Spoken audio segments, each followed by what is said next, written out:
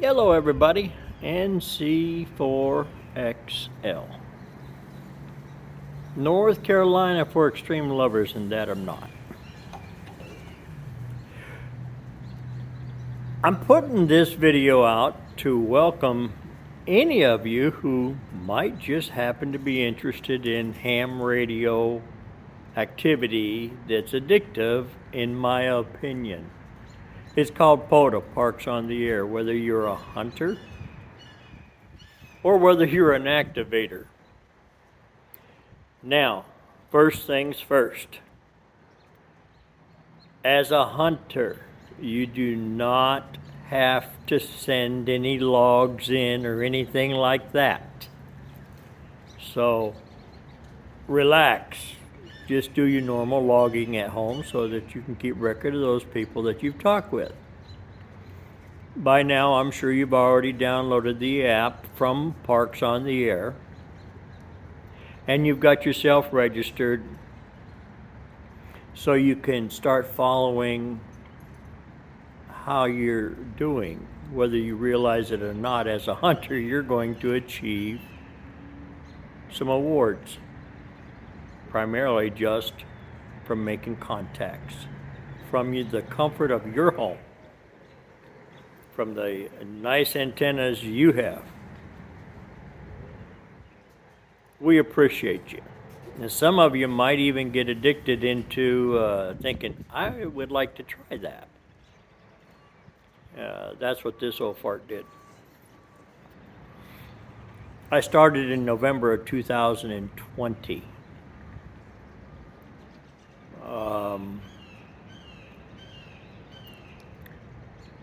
April of 2021, I decided I would like to try being an activator, and now I have more antennas than common sense.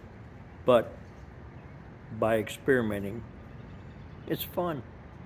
You find out what works for you. If you do posting on the web page, this is a touchy subject, and there seems to be a lot of touchy people sometimes.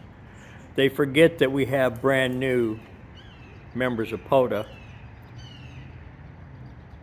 They forget, some of us old people do, that you have questions and you would rather have something simple instead of having to read a book.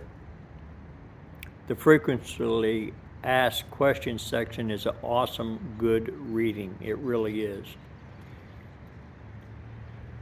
But as a hunter, you don't have to log anything. If you go on Facebook and you post something, I don't know who you are. Your name don't ring a bell at all. So when you post something, don't be ashamed of your call sign. Put it is DE. This is DE, Dom, Delta Oscar Mike, or Darling Old Man for me, and my call, NC4XL. Because you're going to find such a multitude of operators, whether they're hunters or activators, or both. Make it easy for people to interact with you. I'm going to ask you to forgive some of the people sometimes that don't like to see questions. Well, that question's been asked many times before. Yep, sure has. And it's not in an FAQ. It's not saying which antenna is the best. I have my preferences too, but I'm not saying it's the best. But as ham operators, we need to help each other. And as POTA people, we really should try to help each other without looking down or snide remark about somebody's question. So I don't want you ever to feel in POTA that you can't ask questions. It's like buying a bag of apples. Sometimes you get a bruised one. Just take the bruised one out, rinse off the others, and keep on going and enjoy. The bruised one don't make the whole bag bad. And you're going to have some people that might upset you. I don't care what organization you go to, it's always the same. There's somebody who's got to be number one at everything or the best at everything. I'm not. I'm a senile old man. I've been around a few years doing this, and I'm not technically smart on how to do editing of my videos, so they're old-fashioned. It's just me, myself, and I. All three of us seem to get along pretty good, so I hope you do. All that to ask you just to put your call sign at the end of your post. It'd really be nice to know who you are. Hunters, you don't have to create the log. The activator, now that's the other person on the other side. Like me, I'm sitting out and it's in the 40s right now. Heavy breeze, 50-mile gusts. It's rained all night, over 2 inches. We need the rain. But they're predicting for some more stormy weather. I didn't go out to activate. I didn't want to be caught in an area that might not be conducive to taking an antenna down and that kind of thing. And I say that because when you're talking to an activator, they're dealing with a lot of things that you have no idea about. Bad battery, bad equipment, bad neighborhood. They went there and it was foggy and it's snowing now. It's cold. They're trying to keep warm. The little pup tent, it blew over. The rain decided to come down a little harder than they anticipated. Those are things that you probably aren't having any concern with because you're sitting in the comfort of your home, but they're out there. Activators and hunters work together. Activators and hunters work together. Please learn that. Please respect that. When you work them, spot them on the spotting page. Make their day. What I mean by that is the more spotting is done by one another, the more creativity of showing our emergency preparation wherever we go in portable antennas and battery power and constantly busy. Pile-ups, everybody has a different way of doing it.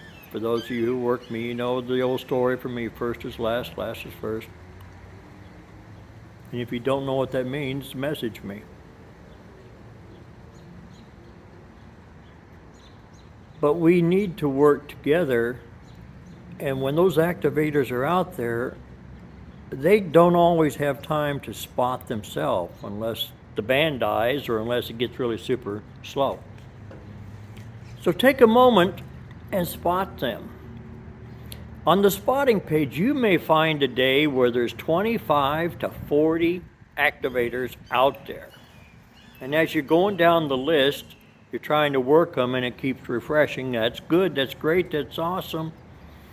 Don't forget about the people that have been out there 20 minutes. Go ahead and check their frequency and see if they're still there. Why do I say that? NC4XL Mike is my POTA partner, county hunter partner.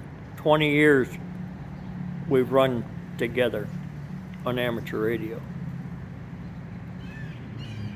When we started, we'd work 2 hours to get 40 contacts and thought we were doing halfway decent until we changed antennas, and now we run 2 to 3 hour pile-ups. And if you don't believe me, follow me.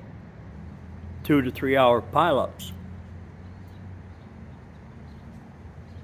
And if you're looking at the spotting page and we can't get to it and you don't help us, you're going to think in 25 minutes we might have left. Nope. We run them to the done. Very seldom will you ever see me hit and miss. Same thing with Mike. We go out there. We're going to work every one we can hear. That's my reward. I'm being selfish. For you hunters, I appreciate having you in my log. For you activators, I appreciate you looking at the spotting page and go to chase me to get you some more park to parks. Those are some little things. I am not experienced like a lot of our POTA activators are. You don't have to ring my bell or subscribe or anything like that. If you want to, we'd love to have you, but I'm not doing it for that. I do it because I enjoy it. If anybody's listened to this length, I lost 10 years. 10 years of ham radio because it got boring. It didn't challenge my head. It didn't challenge my mind. POTA has really jump-started the old man. And I'm sure that it's possibly jump-started a few of you that are watching the video. Share it. Help somebody else get started in POTA. There's nothing more rewarding than to share it with somebody else, your interest that they might be interested in. I'm going to share a real quick story with you, and then I'm going to get back in the car and warm up, drink my hot coffee I bought. NC4XL. I started activating before he did. We both had an interest in POTA because we'd seen it advertised, people talking. Nobody ever come over and said, hey, you want to do it? So based on that, I got gutsy and went out to Rhodes Pond. Did an activation there, and then I said, Mike, you ready to go to Rhodes Pond? It's close to where he lives. So we went out together, and I set up 3 antennas, 2 radios, his and mine, and he made his first activation. Not 2 of us working together like we team up now when we go out, but him by himself. I worked the other radio, I worked park to parks. I got 17 that day. I got excited, it was good. But I was there for him, to watch him, to answer questions, help him if he needed it, to get him on his first activation. I had the pleasure last week of both of us working Rhodes Pond again. He needed 107, I needed 117, something like that. To get our kilos, 1,000 contacts from that park, his very first park, and he got his very first kilo there with me. Oh, I got my kilo too there with him. In that same park, we have another ham locally that we took him to his first activation, and his first activation was 130 contacts. Now, it's not us, folks. We didn't drag the people there. Band propagation, yes. Antenna of choice, yes. And a lot of luck, yes. But when I go out, I expect 100 contacts because of the antenna I use at most of my parks. Thank you for your time. What Did You Do in Ham Radio Today is the name of another Facebook page I have. What Did You Do in Ham Radio Today? Search it if you want to join, whether it's FTA, whether it's CW, whether it's building antennas, whether it's modifying old radios. Whatever your ham radio interest is what I would like people to share about. My Elmer WB3 darn near broke. Mr. Glover, rest his soul, took me in his house in Maryland. He had a German wife. I was born in Germany, so it did pretty good. I had friends. But he's taught me the Morse code. and he helped me to pass it. And then when I got the 5 words per minute, he continued to help me get to 13 words a minute back then. That was in the 70s. So share your hobby with somebody else and enjoy. Thank you again for listening.